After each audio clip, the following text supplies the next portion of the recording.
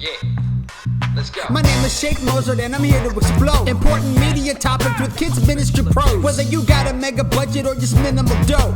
Welcome to the Kids Church Visual Show. Hello and welcome to the Kids Church Visual Show with Sheik Mozart. I'm Sheik Mozart and this is a show that wants to help you visually communicate the gospel to your kids. On this episode, we're going to be talking about some innovative ways to reach families beyond the church. But first, let's hear what you had to say. How do you connect with families beyond just Sunday morning? So I've seen a couple things. Some is through newsletters and e-newsletters, email newsletters that go out. I've seen churches who send cards to families and volunteers, for that matter. Sometimes birthday cards or thank you notes for helping out and volunteering periodically. Those are really responsible, really powerful. But also reaching out, every once in a while, finding a family, a mom, a dad who just go have coffee and talk and see how it is. And if you have a big, large, giant church, maybe you just only end up having one meeting with them ever. But if once or twice a week you're having a meeting with a parent, at the end of the year you met with 100 parents. I try to be there for their kids' stuff if at all possible. If a kid's on a baseball team, I try to get their schedule, try to go to it.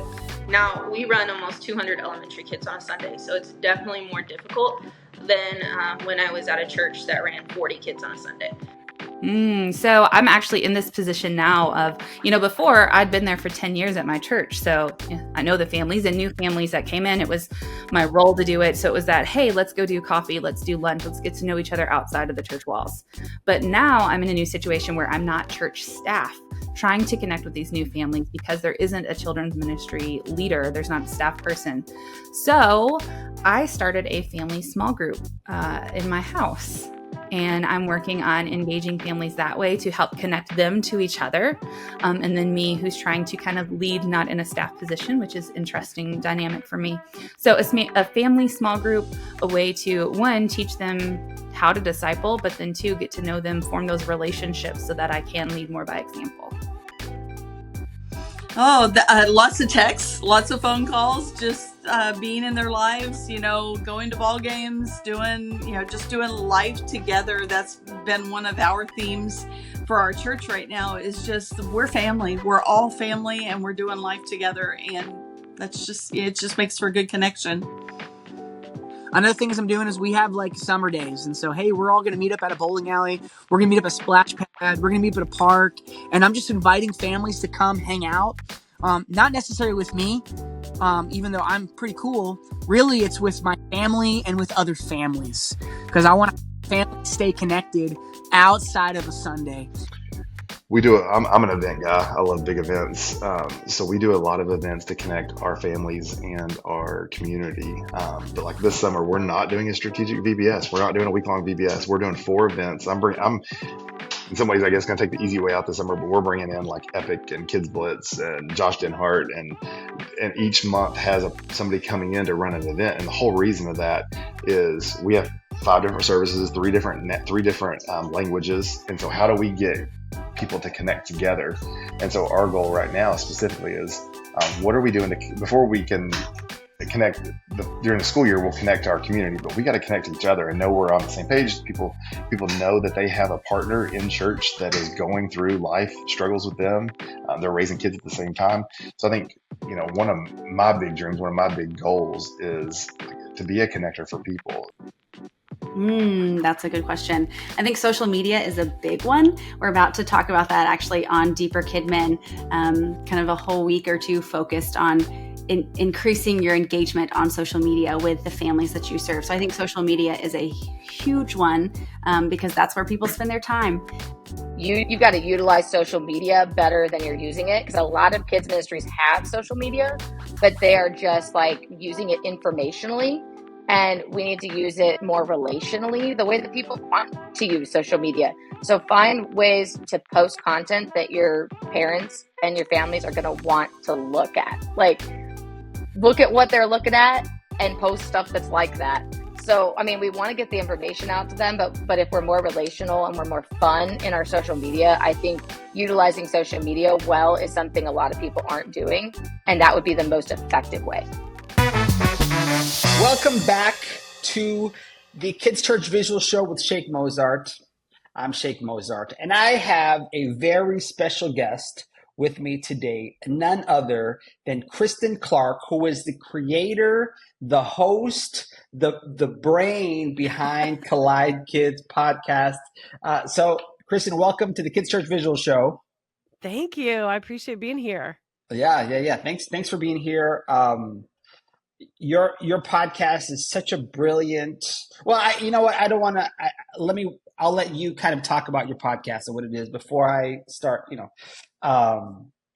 So first, before we get started, tell us a little bit about yourself, your ministry experience, how you got into the kids ministry world. Yeah, for sure. Well, first of all, I want to say thank you for saying it was brilliant. So Yeah. we'll just go from there. It's brilliant. Yeah. And we'll I figure take out all the why. compliments. Yeah, we'll figure out why later. Sure. Yeah. So I'm a mom, first of all, and Mhm. wife, and I love my family, and I'm passionate about pouring into the church. I grew up in a Christian home and Mhm. really felt God's call to ministry at a very young age, like when I was in high school, and started Yeah. serving when I was in high school, and have always served with middle schoolers and kids ministry in different capacities. I was a camp counselor. I did a lot of stuff. In college, I traveled with a ministry team, and we would go do Disciple Now weekends. And I was on the improv team, so I was like doing like Yeah. remember that show, Whose Line Is It Anyway? Yeah. So we would do stuff like that for these youth events, and so I really got a taste of a lot of different types of churches from that. And and then I've worked in full-time church ministry, primarily kids ministry, for almost 20 years. Wow. Which that makes me feel really old. I know I didn't start when I was 9. I actually started when I was like an adult, but yeah, so I've just kind of been, it's just in my blood, it's just what I do. In fact, it is in my blood. My mom is a kids ministry director and preschool director and has been for many years. So Okay, so you grew up in the kids ministry world. Yeah, well, she actually she was a preschool director, and then she was an elementary teacher.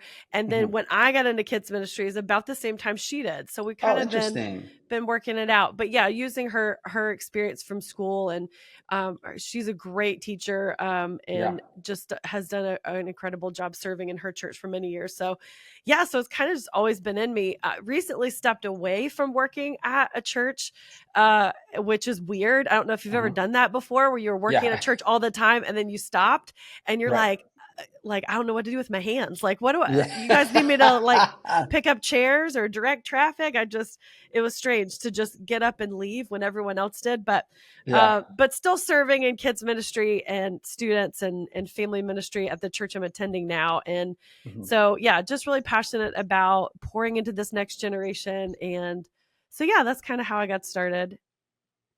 Yeah, that's awesome. That's fascinating that you and your mom started around the same time. It's a very Father of the Bride 2 situation, Right. So tell me about your passion for communicating and connecting, and I guess how that led you to create your podcast. Yeah, so I love hearing people's stories. I remember I was a small group leader, and just when we got to the testimony time in our group, just listening to people share their story that I have known for years and had no idea this was a part of who they were, this was something they were passionate about, or this is how they came to faith in the Lord. And and I grew up in a Baptist church where we love testimony time. And so that was one of my favorite things, was hearing stories of people and how God had transformed their life. So I feel like that's kind of always been in me as well. And so once there was this little thing that happened in 2020, I don't know if it affected you, but it affected my entire world. And so we were kind of shut down for a minute. And it was something I felt the Lord impressed upon my heart to start a podcast. And I'd always said, I'm never starting a podcast because there's so many podcasts out there. Yeah. But really just felt like this was something the Lord wanted me to do. And it was fun.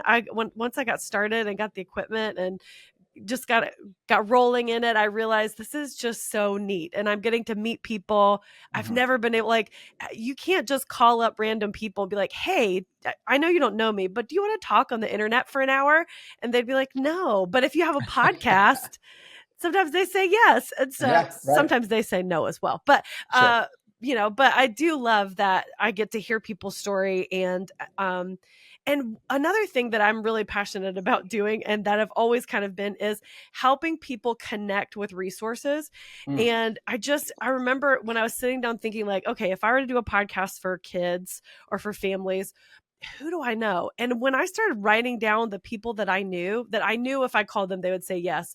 And I'm like, I know some amazing people that have incredible resources, but because they're not part of a big brand or a large ministry or a large church, they're probably not going to get their stuff out there or their story out there. So how can I help that? How can I help put that in front of people, and make people aware of these great resources that are at your fingertips? You just don't know about it. And so that's really been a cool thing that I've been able to do all these years, is to help people find these resources and really help them connect with something that could help their family or help with discipleship in their church. Yeah. So tell us about your podcast, what it is, what the format is, because I love that it's a children's ministry podcast, but geared towards families and kids as opposed to just kids ministry leaders. So tell us. I won't say anything else. Tell us about your podcast. To avoid the screen time phenomenon that has already encroached on my family, when my kids were younger, I was always trying to find something for us to listen to in the car. Excuse me. And I love listening to podcasts. That really helped pass the time. But when I was looking at the time, my kids were like older elementary, and everything was kind of babyish. It was really like preschool type focus or just Bible stories, which were great, but I wanted something that my kids could connect with that was relevant to where they were. And being in kids ministry for so long, I kind of have a knack for like figuring out where I can grab interest. And so I wanted to start something that families could listen to together. They don't have to be nervous about the content or what we're going to talk about. And it's something that kids could listen to by themselves if they wanted to, and they'd be safe. But it's also something that parents can connect with as well and learn about. And it starts discussions and starts conversations. So I interview people about their job, is kind of how I put it out there.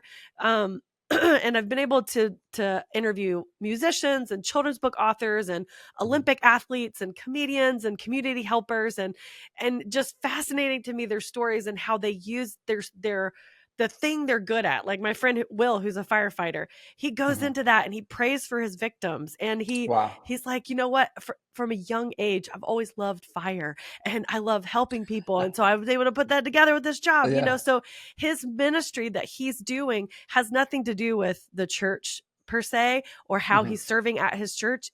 He is serving in the community where he is. And so many people have told me stories like that, just of how this was something in them or something that they figured out when they were young that they were good at. And so also being able to give that message to kids, that God created you on purpose for a purpose, and that he's put things inside you that he wants you to discover and use to benefit the kingdom of God. And so that's really where the stories almost always end up going. But it's really cool to be able just to hear people's stories and learn about people who I probably, like I said, I wouldn't be able to like call up.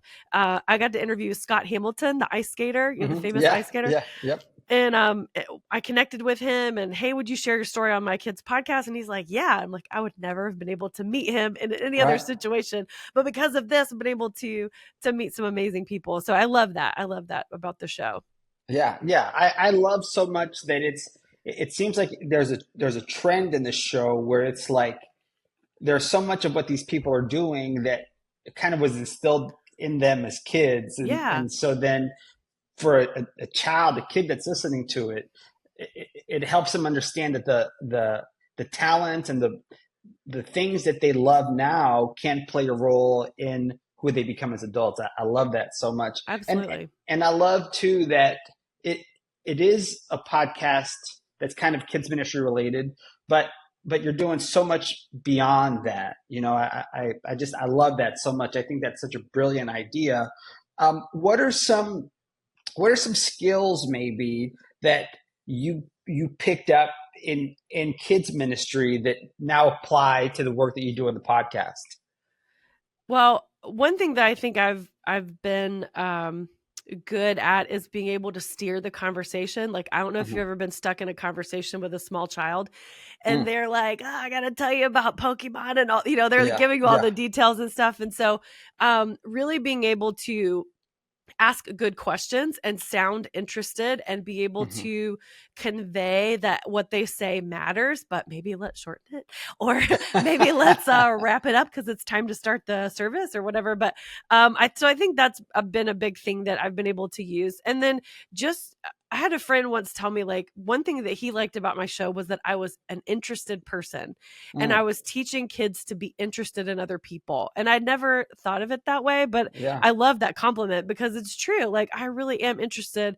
And so it's helped me, I think, definitely in ministry to be better about listening and then asking really good questions. Cause I think that helps in any scenario. And then I was a production person in many of my years in working in the church. And so I'm really good at keeping a tight 30 segment, just like I am good at keeping a 30-minute service or whatever. So Sure. just really being time conscious of where things are going. And I really want to expound on this or I want to go further, but I also know I'm limited in time. So let's find a way to wrap that up. So I think that's definitely helped me with my show. Oh, cool. Yeah, that's interesting. How have people responded to it? How have kids and families responded to the podcast? I think it's done well. I mean, I think I have a lot of faithful listeners, and then also have some that have been able to pass it on to other friends and things like that. What's cool about my show is just the diversity of audience because of the diversity of guests that I've had. So they're from all over the world. I've been able to talk to people of all different kinds of skill sets and job types and ethnicities and different things like that. So I love that part of it. And so because of that, that just expands my audience to people that I wouldn't normally be able to reach. And so I'm really thankful for that. I had a guest on who for Thanksgiving, it was my friend Esther Moreno, and she shared, I think this was like 2 years ago, but she shared that her family would always do some kind of gratitude thing during the year, and they would write something they're grateful about and put it in a jar. And then at Thanksgiving, they would open the jar and they'd read all the things that they'd been thankful for all year long. And I was like, that is such a cool story. I love that. And then I got a message from a guest a year later who had done, I mean, not a guest, a listener who had done that thing with her family, and they were opening their gratitude jar at Thanksgiving. And I thought that's so cool that she picked that up from just that one episode and was able to really celebrate the things that God has done in their lives. So I love that I get to be able to be a part of that and helping families create new traditions or ideas or thoughts or discussions. That's really cool. Yeah. When you first started the podcast, were you working in a church at that point? Yes, I was. Yeah. And how did families, did you use that to connect with families, or what was that process like, being on staff at a church and then creating this content? Yeah. Well, at the end of every episode, I have a kid send in a recording of themselves saying a Bible verse or reading a story or telling a joke or whatever. And so a lot of the kids in my ministry were a part of that. So I'd be like, hey, do you want to tell me a joke real quick? And I'd record it on my phone, or I'd send them to my website for them to record it. And so that was really a cool way to connect with people. But also, especially when I got to interview very interesting people that had really good content, like people that talked about online safety or just, like different things that pertain to issues that families are dealing with right now, we would share it in our newsletter or in an email, like, hey, this just went out. This is really good information for you guys to grab onto. And so I've encouraged a lot of church leaders that I connect with, like, hey, this would be a great episode for you to send out to your families for them to learn about. And it's a way that it's approachable. Like, it's okay if they listen to it with kids in the car. They don't have to be worried about the things we're going to talk about, because it's not necessarily just parenting. So I try to keep it real, so where it's really good for the whole family unit to enjoy together. And so that's been a great resource for my church and for other churches that I've worked with. Mm-hmm. Yeah, I love that. Do you ever use a podcast as training for team members? I don't. I know you're maybe not with my show. Yeah. I mean, I think that's a great idea. Maybe not with my show. I know there's lots of great resources out there. Mine is really more about helping kids learn first. And I even do that with my guests. Like when we're talking, like, hey, I try to steer the ship back to let's think about kids that are listening, because I want them to be able to connect with it. So I think there could be a few episodes that might be beneficial to letting volunteers or listeners listen, that work in the church listen. But for the most part, I think it's not that type of resource. Yeah, sure. Now you do online training seminars and workshops and coaching. Yes. Tell us a little bit about that side of your biz, your brand. Yeah. So like I said, once I stopped working at the church, I was like, what do I do? But I actually had a friend reach out to me. I had worked at their church as an interim for a little bit, and they reached out saying, hey, can you come back and kind of help us work through some stuff? And so I was able to do that. And I walked away from that experience like, I love this. I love being able to help a church or to help a staff team or to work with individuals who are just struggling. And I think because I can do that well because I've been in their shoes. I've worked at mega churches. I've worked at small churches. And then having the experience of seeing all these different types of churches from my ministry experiences really lends itself to understand like one size doesn't fit all, and one type of curriculum or type of idea or method might not work for your church, but really helping people to dig into what they have. And so I love being able to do that. So I started doing some consulting thing, and I'm still doing a little bit of that. And then also just creating workshops and seminars and webinars and things for training for leaders that need some help, need a little boost, but maybe they can't afford to get a full-time consultant or a one-on-one coach for a long period of time. They can jump into one of these like 5-6 week trainings, or just do a month or two with me as a coach. And then I can really just help them kind of discover some ways that they can get some good methods and things in place to be a better leader. Cause that's what it's all about. Like, it's really not me telling them all the things they should do. It's really just helping them to discover what's your leadership type. How can you make this better? How can we upgrade what you're doing right now in simple ways, like simple strategies? That's what I'm all about. And I would say maybe 80% of the stuff I'm doing is helping people with social media. Cause I think that that's such a big task right now. Everybody feels like they have to be on it, but the hard part is just learning another thing.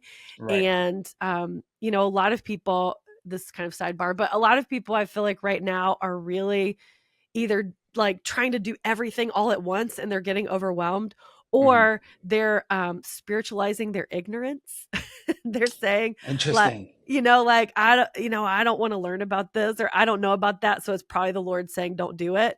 Instead of maybe there's some other people in your ministry you need to tap into, or other resources outside of yourself that would be beneficial to helping you to make this a little bit better. So anyway, that's just something that I love to do. And I love being able to help leaders with the things that I've learned from my 20 years experience, and also from things that I've seen that can be easy strategies to put in place. Yeah. And I think that leads to a next question, whether it's your podcast or social media or whatever. Why is it important for kids ministry leaders to connect with families beyond just the Sunday morning experience? I think we have this idea that either they don't care, or they are relying on the families don't care. The parents, they don't care, or they're relying on us to fully do it. And I don't think that's entirely true. I know that there's some situations where it is like that. And those are people that we lay hands on and we pray for, right? But I think for the most part, there's so many people, they don't know what to do. And they want to do something. They do care, but they don't know where to start, or they don't know what to look at. And so anytime we can give them resources, handouts, send them a podcast episode, something to listen to during the week, and give them something to carry through what we're doing on Sunday through the week, that's always going to be just completely appreciated by those families. Whether they know exactly what to do, they're going to appreciate an extra resource, or they don't know where to start. You're giving them a place to start and to carry on what you're doing on Sundays. And I don't think that they completely think you're going to take care of all of it.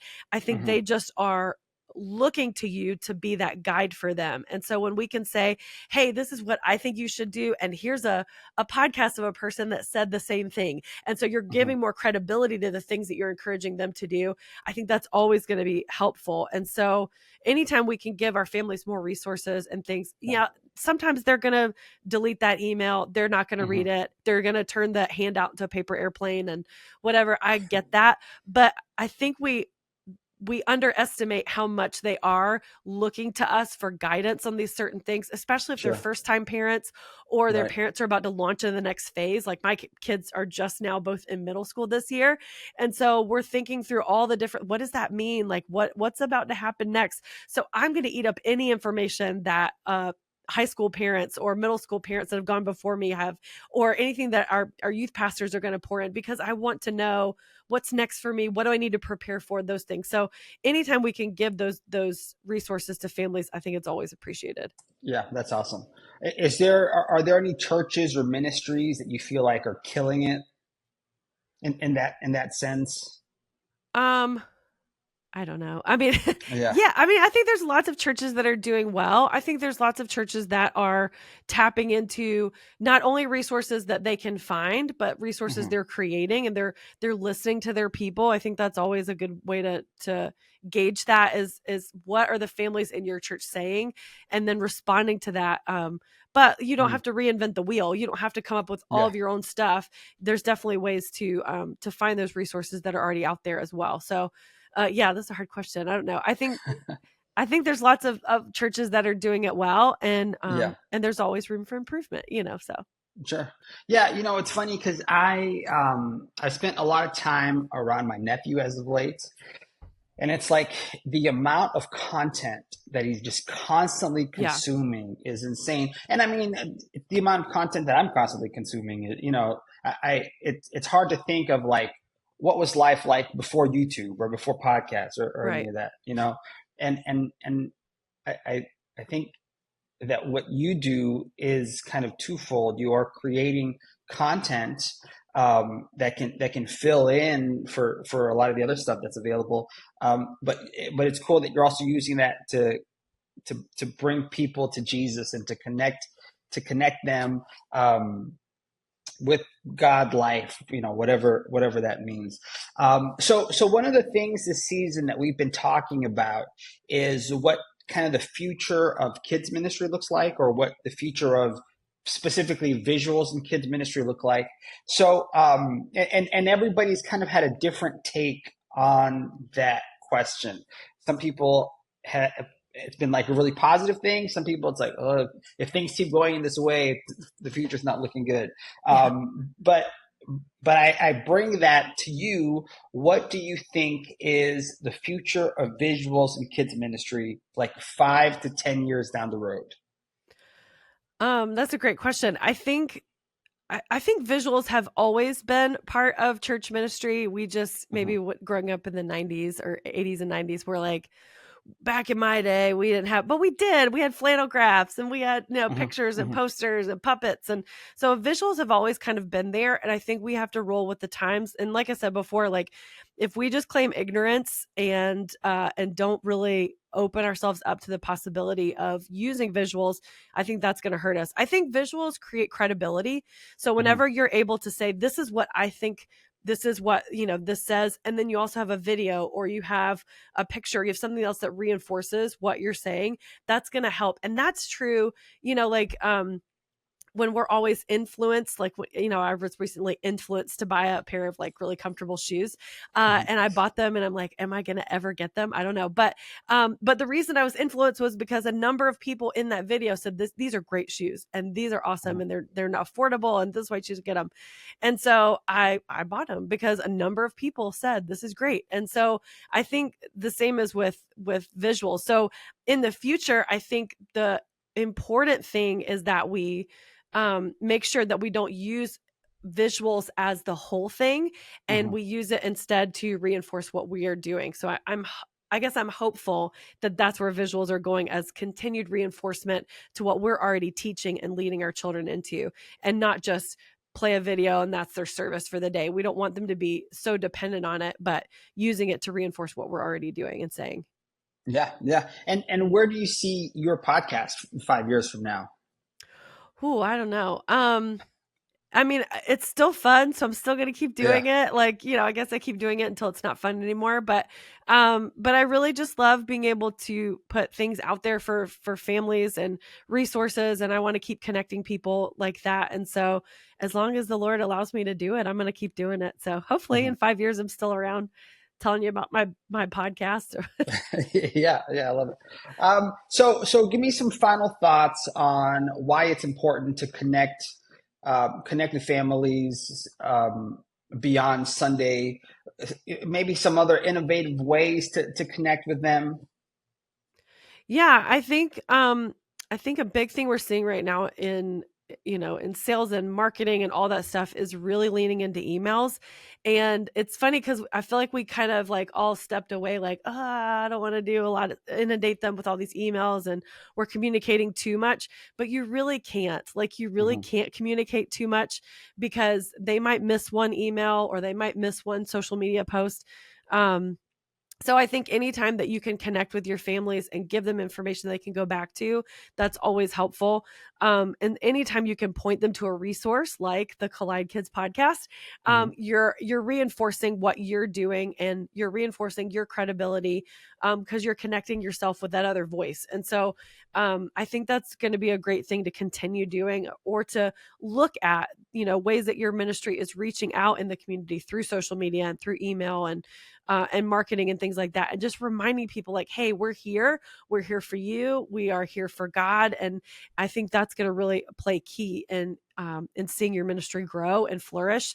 So so keep communicating and connecting with people. I think is going to be a good thing. Yeah. That's interesting because it does feel like so many marketing gurus are always talking about how important it is to use email to connect with people and having an email list. And it does feel outdated, but I feel like if so many people are saying it, it's got to work. Yeah. And I think it is important for churches to think about some of those things and connecting with people and connecting with families. So Kristen, if people want to find you online, if they want to find the podcast, give me all the links. Yeah, so you can head over to collidekidspodcast.com. That's where you'll find information about the shows that we've had in the past. And then it's on, I think, all the major platforms for podcasting. So Apple, Spotify, Google, all those places. So definitely check out the Collide Kids podcast. Not the Collide podcast, the Collide Kids podcast. Collide Kids podcast. Yes. Yep. And then you can follow us on social media at the Collide Kids Pod, or it's Collide Kids Pod, and then follow me, Christen Clark. And my name is spelled Christ, and it's very spiritual. I have Christ in my name, so I was destined for ministry. Yeah. I have to thank you also because I was on an episode of the podcast. Yeah. I'm not bragging. I'm just saying it was great. And so when I sent a Spotify link to my parents, and because of that, they had to learn how to use Spotify. So because of you, my parents now know how to use. I love that. My mother-in-law refused to download any podcast apps, but because it plays on my website, she can listen to it there. So there's lots of ways to listen for sure, for all those boomers and people that don't want to learn. Yeah, there you go. Kristen, thank you for being on the show. For sure. And thank you. You're welcome. Thanks for having me. Thank you for joining us on the Kids Church Visual Show with Sheik Mozart. I'm Sheik Mozart, and I want you to know that your kids' church visuals matter. This has been a podcast presentation of Church Visuals, executive produced by Carl Barnhill, hosted by Sheik Mozart, edited by Brett McLemore, title and show graphics by Jason Merrick. For more training to help you communicate the gospel to your children's ministry, visit churchvisuals.com.